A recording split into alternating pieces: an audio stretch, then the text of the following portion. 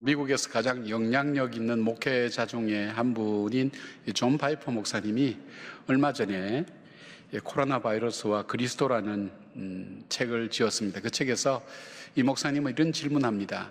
하나님은 이 코로나 바이러스를 통해서 무슨 일을 하고 계시는가?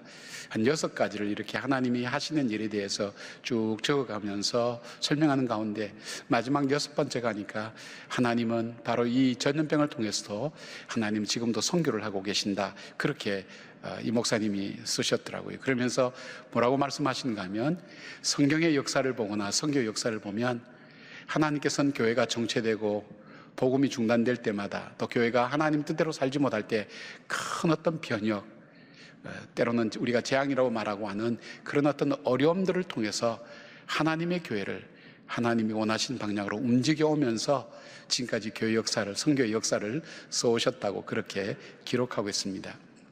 그거를 읽는 가운데 그런 생각이 드는 거예요. 나에게 이 복음이 전해지기 위해서 역사 속에서 사람들은 얼마나 이 복음을 전하는 것도 귀찮게 생각될 수도 있고 또 확신도 없을 수도 있고 또 상황에 묶여 있을 수도 있는데도 불구하고 하나님은 하나님의 의지는 굽히지 않고 그 사람들을 움직이고 헌신된 사람들을 붙드셔서 복음의 역사를 이어오시면서 그 복음이 나에게까지 왔다 할 때 참 새삼스럽게 감격과 기쁨이 마음속에 있고 하나님께 대한 감사가 있는 거예요. 이 귀한 복음이 때로는 재앙과 어려움, 순교와 박해의 어떤 그 어려움을 통해서라도 하나님은 하나님이 계획하신, 더 쉽게 말씀드리면 나를 구원하시기 위한 하나님의 계획은 한 번도 중단된 적이 없구나. 그런 마음이 들어오면서 바로 이 전염병 이후에 한국 교회가 어떻게 변할 것인가에 대한 걱정도 많이 되었지만은 그러나 한편으로는 참 소망이 있는 것은 교회가 좀 더 하나님이 기뻐하시는 방향으로 바뀌어지고 새로워질 수 있다면 우리는 기대하고 소망을 가지고 우리가 이 기간을 잘 이겨나가야 되겠다 생각을 합니다. 동시에 그러면서 하나님께서 하나님의 선교를 위해서 쓰셨던 사람들, 쓰셨던 교회가 있는데 오늘 우리가 살펴볼 수 있는 이 안디옥 교회라고 하는 것은 바로 하나님께서 예루살렘 큰 교회가 있었지만 또 유명한 사람들도 많았지만 그러나 각지에서 모인 다양한 사람들이 있었던 때로는 힘이 없다고 우리가 볼 수 있는 이 안디옥 교회를 통해서 하나님은 세계 역사에 큰 이 문을 열어 가신 것을 볼 때 하나님께서 이 안디옥 교회를 쓰신 이유가 뭘까? 쉽게 말씀드리면 저를 하나님께서 이 시대 속에 쓰시는 이유가 뭘까를 이렇게 살펴보면서 이 말씀이 저의 말씀으로 다가오게 되고 이 말씀을 찬찬히 읽어보게 됐습니다. 하나님은 어떤 교회를 쓰실까? 또 하나님은 어떤 사람을 사용하실까? 그렇지 않습니까? 우리가 하나님께로부터 보냄을 받았고 우리가 잠깐 동안 이 땅에 머무는 동안에 가장 복되고 보람된 인생이 뭐 부자로 사는 것, 유명하게 되는 것, 많은 지식 갖고 있는 것 다 있지만은 뭐 다 귀하고 좋은 일이지만은 그러나 나를 보내신 그분의 뜻에 맞게 그분이 나를 보내실 때 그 목적에 맞게 내가 살 수 있는 것보다 더 행복하고 복된 것은 없는데 그분께 쓰임 받는다는 것, 그것이 얼만큼 귀한 일인가 하는 생각을 하면서 이 말씀을 살펴봅니다. 이 안디옥교회가 어떤 교회였길래 하나님께서 이 교회를 사용하셔서 하나님의 선교를 이어갈 수 있었을까 할 때 첫 번째는 이 교회는 예수님께서 말씀하신 그 예수님의 비전을 간직한 교회였습니다. 주님께서 이 땅에 계실 때 제자들에게 사람들에게 부탁하신 내용이 딱 하나 있습니다. 그것이 바로 복음을 전하라는데 이 하신 말씀을 몇 가지만 이렇게 뽑아서 보겠습니다. 가장 대표적인 것이 마태복음 28장 19절인데 모든 족속으로 제자를 삼아라. 모든 족속.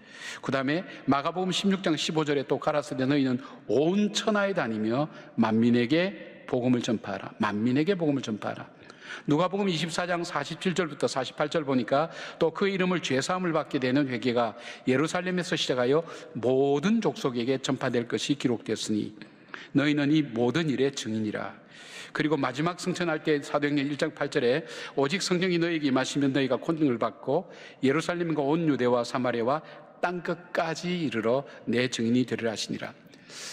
왜 이 모든 족속 온 천하라는 이 단어를 제가 강조를 했냐면 이 세계 민족 중에 가장 민족주의가 강한 나라가 유대민족입니다.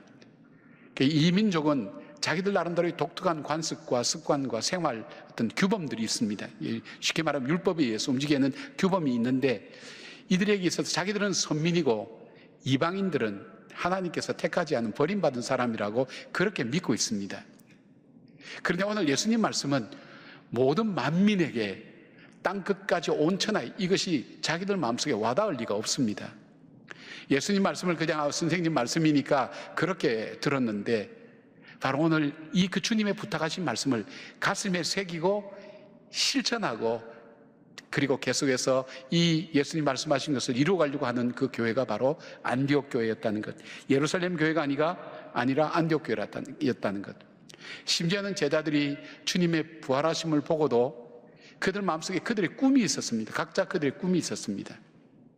이 나라가 로마에게서 해방되고 나름대로 개인적인 꿈도 계획도, 그리고 자기들이 살고 있는 삶의 범위 안에서 꿈이 있었지만, 그들이 성령을 충만하게 받고 난 다음에 그 꿈을 하나님 꿈으로 바꾸면서 선교 역사가 일어나기 시작했고, 그나마 예루살렘 교회는 그 관습이 강하여서 벗어나질 못할 때 하나님은 박해와 순교를 통해서 이 믿는 사람을 흩어버리시고, 흩어진 사람들이 모인 바로 이방인 교회 안디옥 교회에서 바로 이 주님의 이 약속, 주님의 부탁을 자기들의 삶의 우선순위로 삼고 이 복음을 전하기 시작했다는 것입니다.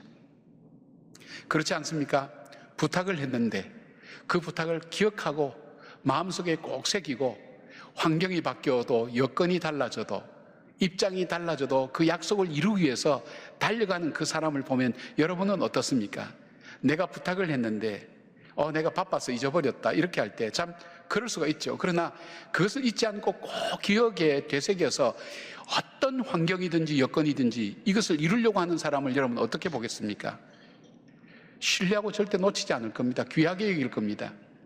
저도 사역을 하면서 이렇게 보면, 제가 지나가면서 한마디 해도 제가 꼭 필요한 걸 이렇게 얘기할 때 그거 그냥 지나버리고 지나치고, 나도 지나치고 자기들도 지나치고 그러면 의미가 없는데, 그걸 기억했다가 꼭 필요할 때 되면 그걸 이루어내는 사람들이 있더란 말이에요. 그 사람에 대한 마음이, 제 마음이 특심하더라고요. 정말 내가 부탁한 걸 기억하는구나, 정말 귀하구나, 고맙구나 생각하는데, 예수님이 어떻게 했습니까?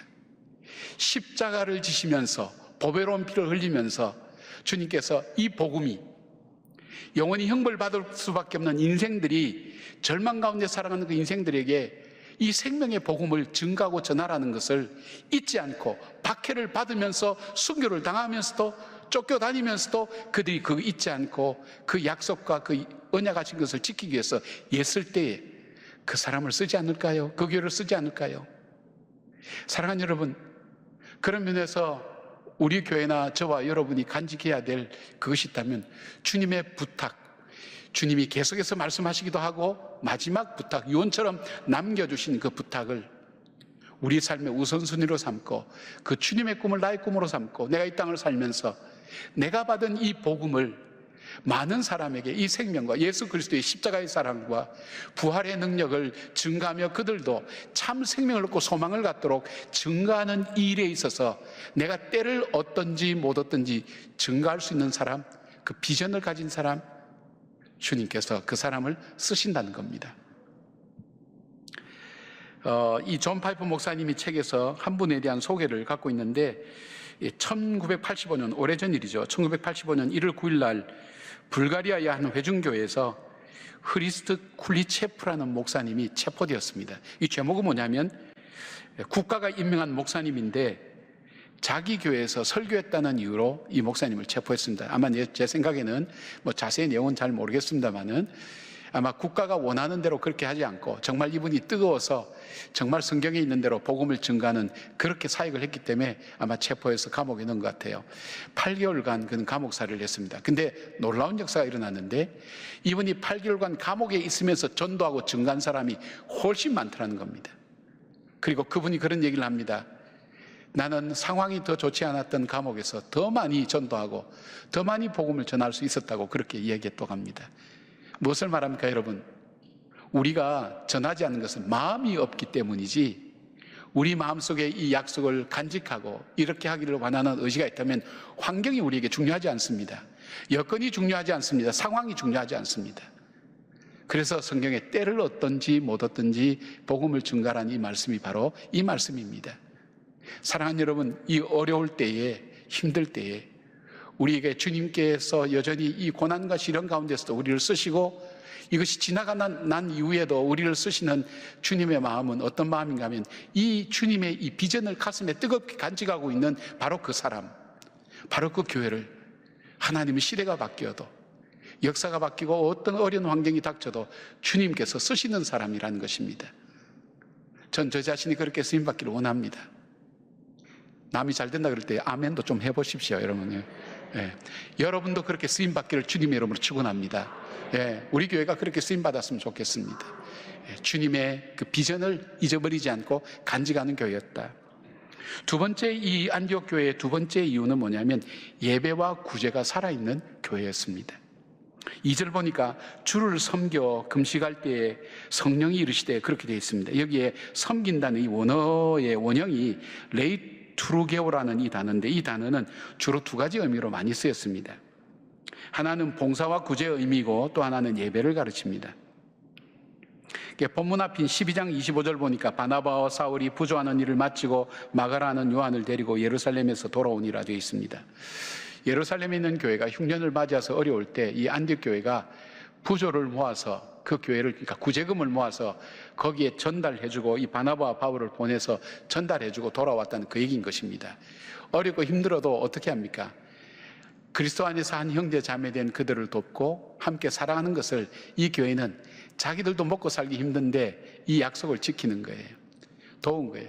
아마 예루살렘 교회에서 배웠을지도 모릅니다. 예루살렘 교회에서 그들이 있을 때 가난한 헬라파와 히브리파 과부들도 섬기고, 그들이 구제하는 일을 많이 해서 많은 믿지 않는 사람들이 도하고 허대한 제사장의 무리도 돌아온다고 하지 않았습니까?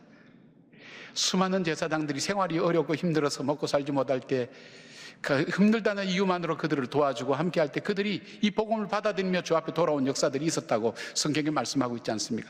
구제라는 것이 이렇게 참 중요한 겁니다. 교회가 구제가 있다는 것, 이게 쉬운 것 아닙니다. 내가 먹을 것, 내가 입을 것을 내어놓아야 구제가 되는 거지, 세상 살면서 돈 남는 적 아무도 없었습니다. 여러분, 돈이 남아 도는 사람 있습니까? 없습니다. 먹는 건 남아 돈 사람 있습니까? 쉽지 않습니다. 내가 먹을 걸 주어야만이 구제할 수가 있습니다. 그런 마음을 갖고 있었다는 거예요. 그 다음에 또 하나, 그들에게는 섬겼다 그래요. 섬긴다는 건 봉사한다는 의미입니다. 그러니까 우리가 교회에서 나에게, 우리 본문에 나와 있는 5명의 지도자들이 다 선지자와 교사로 섬겼다 그랬는데, 하나님께서 내게 맡겨주신 일을 섬기는 거예요. 제가 예배 중간에 올라보니까 이 방역하는 집사님들이 하루 종일 하시는 거예요. 방역 들고 하시고, 걸레로 다 이거 닦으시고 섬기시고, 뒤에 안내 서시면서 할 때 참 마음이 짠한 거예요. 감동이 오는 거예요. 다 같이 힘들고 어렵고 와서 예배 드리고 싶을 텐데, 그 쉬는 시간, 그 시간에 와서 자기들도 늘 체크하면서 닦고 섬기고. 바나바 맡은 분들도 여러분 어떻게 합니까? 지금은 바나바 섬길 수 없으니까 가정에서 자기가 섬김과 사랑을 하는, 예수 이름으로 섬김과 사랑을 서로 나누면서 서로 카톡으로 주고받고, 중보기도 하는 사람들도 훈련을 받지 못하니까 자기가 있는 자리에서 교회를 위해서 기도하고, 9시 예배를 위해서 기도하고, 또 자기 마을에 있는 사람들, 구역에 있는 사람들 돌아보면서 기도하고, 그들 위해서 중보하는 일들을 계속하고 함께 카톡으로 나누고. 중요한 거예요. 섬긴다는 게 참 중요한 일입니다. 그리고 또 하나 중요한 게 뭐냐면, 그들이 예배를 중요하게 생각했습니다. 근데 어떻게 중요하게 생각했냐? 이들이 이것을 금식했다 그랬어요. 금식했다는 말은 밥을 굶었다는 그런 얘기가 아니라, 내가 밥 먹는 관심과 신경과 그것을 예배에 집중하겠다는 겁니다. 그 다음에 내가 양식에 의지해서 사는 것이 아니라 정말 주님이 주신 말씀에 의지해서 살겠다는 강한 표현이 금식입니다. 밥을 맹목적으로 굶는 것이 아니라 그런 간절한 의지를 나타내는 겁니다. 여러분, 우리가 예배 드릴 때에, 여러분 찬송 부를 때도 찬송 부르다가 입은 가사는 돌아가는데 생각은 딴 데 돌아갈 때가 많죠. 다 사람이 경험을 얘기하는 거니까 여러분 너무 그렇게 부담 안 갖고 대답하셔도, 저도 그럴 때 많습니다. 그래서 제가 찬송 인도할 때 최고 힘든 게, 분명히 2절을 했는지 3절인지 4절인지 몰라서 자막을 안 보면 잊어버릴 때가 참 많아요. 기도할 때 어떻습니까? 기도할 때 갑자기 찌개 올려놓은 게 생각나기도 하고, 또 어디 연락할 때 생각나기도 하고, 그러면서 기도하다가 중단하는 경우도 참 많습니다. 근데 이분들은 예배를 그렇게 안 드렸습니다. 예배에 집중했습니다. 예배를 통해서 주님과 교제하고 위로부터 주시는 하나님의 양식, 하나님 말씀을 듣고 이 말씀으로 나는 먹고 살고 생존합니다는 그런 간절한 마음을 가지고 다른 것 다 내려놓고 예배에 집중했다는 겁니다. 여러분, 난 예배드려도 감동이 없다 할 때 여러분 정말 예배를 진짜 하나님 앞에 준비하고 간절하게 한번 드려보십시오. 다른 거 다 내려놓고 정말 온전히 주님의 음성을 듣기를 원한다고, 내가 찬양할 때 찬양의 가사 하나하나를 곱씹으면서 하나님 앞에 내 고백으로 올려드리고, 기도할 때 한마디 한마디가 내 진실이 되고, 말씀을 들을 때 단순히 지나가는 말씀이 아니라 나에게 주신 하나님의 사랑의 편지라는 것을 받아들이면서 진정으로 그 말씀을 흡수하기 위해서, 받아들이기 위해서 진지하게 한번 드려보십시오. 성령께서 책임집니다, 그 예배를. 바로 예배가 살아있었어요. 이들은 죽음을 피해서 도망갈 때에도 낯선 곳에 가서도 예배를 포기하지 않았습니다. 예배는 자기의 생명이요 새로운 힘이요 활력이라는 것을 그들은 같이 생각하고 있었기 때문입니다. 사도행전 2장 46절부터 47절까지 보니까 날마다 마음을 같이하여 성전에 모이기를 힘쓰고 집에서 떡을 떼며 기쁨과 순전한 마음으로 음식을 먹고 하나님을 찬미하며 온 백성에게 칭송을 받으니 주께서 구원받는 사람을 날마다 더하게 하시니라 되어 있습니다. 여러분, 우리가 영상 예배를 드리다가 교회 와서 예배당 드릴 때 그 감격이 어디에 있습니까? 똑같습니다. 영상 예배 드리나 별 차이는 없죠. 그러나 성도들을 만나보고 교제할 수 있다는 것, 성도 안에 교제가 있다는 것이 얼만큼 귀한지 모릅니다. 서로가 눈빛을 바라보며 격려하고 이 힘든 가운데 어떻게 지냈냐고 그렇게 가까이 가서 얘기는 못해도 마스크를 끼고도 이렇게 눈으로 인사하는 그 작은 나눔도 우리에게 얼마나 소중한 것이 되었습니까? 초대교회도 마찬가지였습니다. 그들이 힘들고 어려운 가운데 그들이 성찬을 같이 나누며 예수 그리스도의 피와 살을 함께 나누며 우리는 한 형제 자매다, 우리가 서로 돕고 사랑하고 믿음 안에 서로 격려하고 사는 한 형제 자매라는 것을 그들은 성찬식을 통해서 느꼈습니다. 그리고 함께 그들이 교제하며 하나님께서 때로는 우리에게 힘들고 어려운 상황 속에 우리를 허락하신다 할지라도 그 가운데 믿음으로 이겨내며 서로 격려하며 붙들어 줄 수 있는 그 우리의 지체들이 있다는 사실, 함께 힘을 모아서 하나님 앞에 거룩한 예배를 드리고 귀한 사역을 감당할 수 있다는 것, 그 감격이 우리에게 있는 것 아닙니까? 우리가 현장 예배 이러면서 가정 예배, 살아있는 예배, 생활 속의 예배를 강조하는 사람들이 참 많습니다만 여러분 오해하지 말기를 바랍니다. 이 모든 예배의 근원은 모여서 우리가 함께 드리는 예배가 중심이 되어 있다는 것입니다. 여러분이 영상 예배가 편해지기 시작하면 여러분도 알지 못하는 가운데 예배의 굉장히 중요한 요소가 여러분 삶 속에서 빠져나가고 있다는 것을 여러분 심각하게 받아들이셔야 됩니다. 힘들어도 모이기를 힘쓰셔야 됩니다. 함께 하기를 힘쓰셔야 됩니다. 성도 간의 교제가 있도록. 그리고 지금은 여러분들이 혼자 말씀 보고 성경을 보는 것을 위해서 아마 우리가 함께 예배 드리는 때보다는 수십 배 수백 배 몸부림치면서 내 신앙 지키기 위해서 예를 쓰셔야 될 겁니다. 바로 그런 교제가 있을 때에 하나님께서 신앙을 그들에게 성숙하게 해주셨고 아름답게 만들어 주신 것을 봅니다. 여러분, 우리가 그렇지 않습니까? 예배를 통해서 내 삶의 전환점은 이루어질 수 있습니다만은 더 중요한 것은 진짜 내 삶의 성숙은 성도 간의 교제를 통해서 이루어지는 것입니다. 이 모든 것의 시작이 어디서부터 시작됩니까? 예배입니다.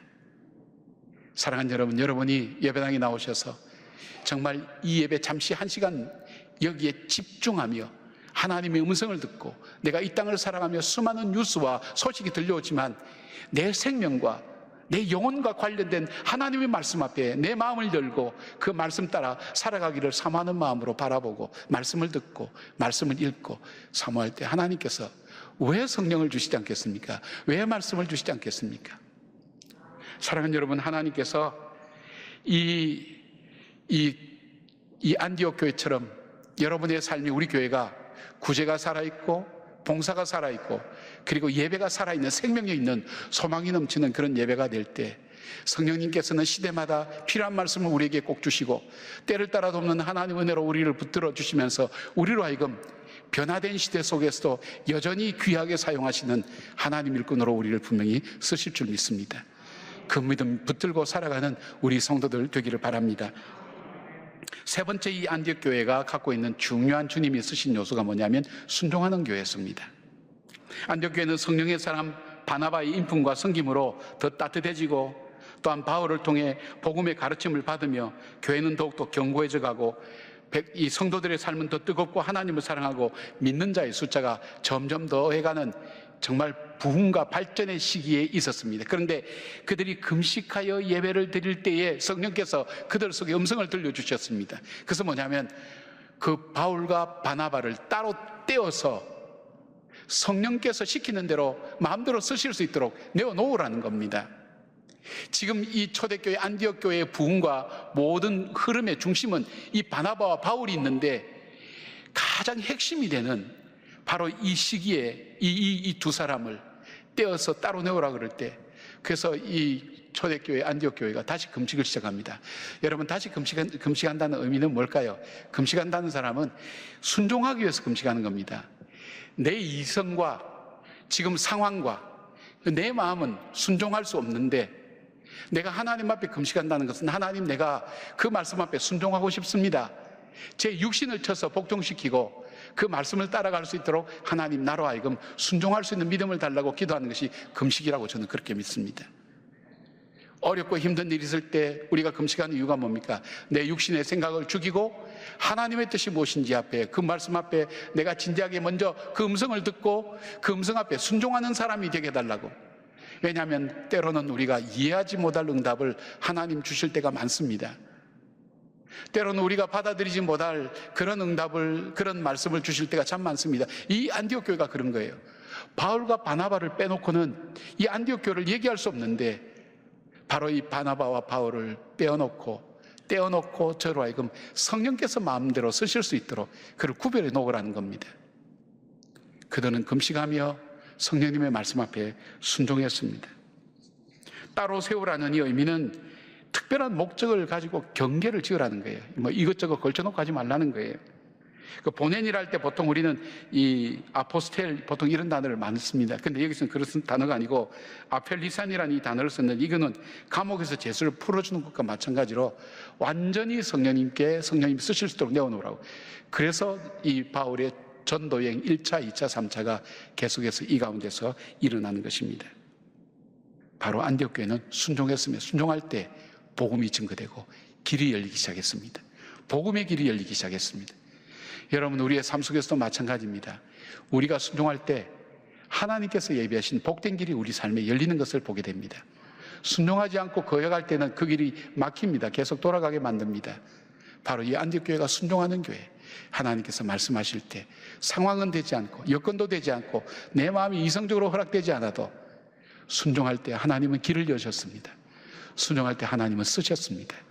순종할 때 하나님께서는 하나님의 역사를 이어가시게 되었습니다. 이제 우리는 우리의 삶이 아니라 하나님의 역사를 이어가는 우리의 삶, 하나님의 역사를 이어가는 교회가 우리는 돼야 되겠다는 마음의 결심을 이번 기회에 다시 하시게 됩니다. 하나님, 내 인생을 사는 것이 아니라 하나님이 열어가시는 인생 살고 싶습니다. 하나님이 축복하시는 인생 살고 싶습니다. 그런 인생 살게 해주시옵소서. 그런 기도가 있기를 바랍니다. 하나님, 그리고 내가 섬기는 이 동안교회가 그런 교회가 되어서 마지막 때까지 정말 하나님이 쓰시는 안디옥과 같은 그런 교회가 되게 해달라는 그 기도가 함께 드려졌으면 좋겠습니다. 사랑하는 여러분, 바로 주님의 그 부탁을 마음에 간직하는, 주님의 그 꿈을 나의 비전으로 삼는 놀라운 변화가 있기를 바랍니다. 그리고 우리 가운데 예배가 살아있어서 우리의 구제와 우리의 섬김이 생명력 있고 서로서 서로가 격려하고 사랑하며 천국의 소망을 서로 이야기할 수 있고, 어려운 이 시기 가운데 믿음 놓치지 않고 믿음으로 살기를 원하는 간절한 주의 성도들의 교제가 있는 그런 교회가 되기를 바랍니다. 그리고 순종할 때 주님께서 열어가시는 길, 주님께서 인도하시는 길을 체험하는 놀라운 저와 여러분 되는 그런 은혜가 있기를 주님의 이름으로 축원합니다. 아멘.